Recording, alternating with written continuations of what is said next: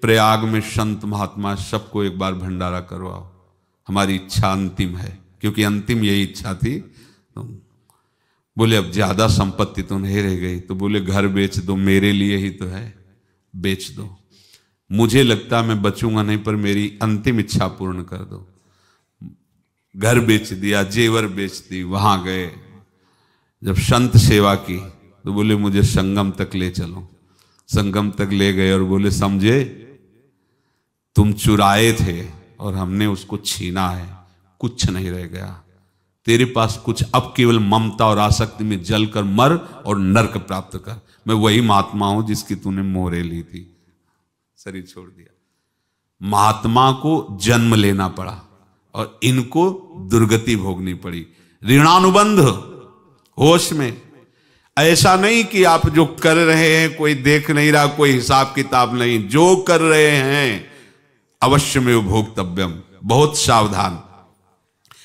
अनेक जन्मों में अनेक लोगों से जो कुछ लिया दिया है, इस लेने देने को मिटा देने के बाद ही तुम मुक्त हो गए। इसीलिए एक उपाय है, लेना न देना मगन रहना। क्या? मालिक को समर्पित हो जाओ, मालिक को अपना माना हुआ समर्पित कर दो, खत्म। अहम त्वाम स्वरूपापेभ्यो मोक्षयिष्यामि, सब खत्म। आगे पीछे लेना देना सब खत्म। एकादश स्कंद में भगवान श्री कृष्णचंद्र जी ने कहा, जो मेरे चरणों का आश्रय लेकर भक्त मेरा भक्ति करता है, उसके पितृ ऋण, मातृ ऋण, देव ऋण, ऋषि ऋण, सब ऋणों से मैं मुक्त कर देता हूं। बस यही एक उपाय है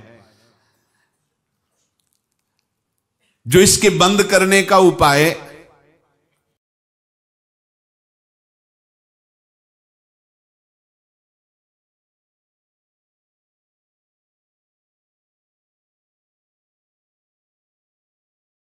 भक्तों के लिए है, वो यही है, भगवान की शरण में होकर अपना माना हुआ पूरा भगवान के अर्पित कर दो। अर्पित करने का तात्पर्य उसमें अहम हटा दो।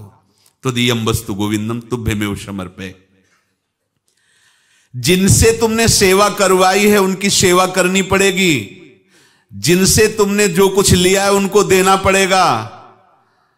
ये लेने देने का व्यापार जब तक समाप्त नहीं होगा तब तक तुम्हारा जन्म मरण चलता रहेगा। अब आपको यहां समझना है, यदि आपसे किसी ने पैसे लिए बेईमानी करके नहीं दे रहा है तो आप उसको गाली मत दीजिए, आपने बेईमानी की थी इसलिए आपकी बेईमानी हुई है, ले गया, कोई बात नहीं है, बंधन से मुक्त हुए, जो बोझा था चला गया। उसको ऐसा ना देखे कि ये बेईमान हमारे रुपए मार लिए, अब जो कुछ होगा देखेंगे। अगर आप आगे नया कुछ करते हैं तो फिर आगे का हिसाब आपको भोगना पड़ेगा, ध्यान रखना। ऐसा नहीं है कि आपको भोगना नहीं पड़ेगा। एक ही उपाय है कि अब जो शरीर धारण किए इसी में जो भोग ले, आगे ना होना चाहिए। तो क्या करे? सर्वतो भावेन भगवान की शरण ले ले। ये तो सर्वाणि कर्माणि मयि सन्न्यस्य मत्पराहा अनन्येनैव योगेन माम ध्यायन्तु उपासते तेषाम् अहं समुद्धर्ता मृत्यु संसार से। ये बड़ा कठिन है पार होना, कोई छोटी मोटी बात है। एक महात्मा बाल्यावस्था से भजन करते थे, शालिग्राम भगवान पास रखते थे और उन्हीं की आराधना करके बस पाठ, नाम, जप और भ्रमण करते थे।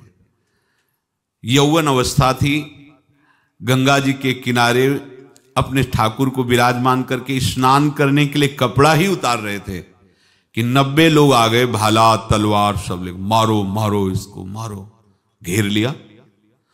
तो उन्होंने हाथ जोड़कर कहा, हमने क्या अपराध किया? कोई सुन ही नहीं रहा। तो उन्होंने कहा, मार तो डालोगे ही आप, 90 लोग, हम कोई अस्त्र शस्त्र तो लिए नहीं, एक बार हमें गंगा में डुबकी लगा देने दो और अपने ठाकुर को स्नान करा देने दो, फिर इसके बाद आप मार देना। भगवत इच्छा से वो लोग रुक गए, स्नान किया और अंदर से प्रार्थना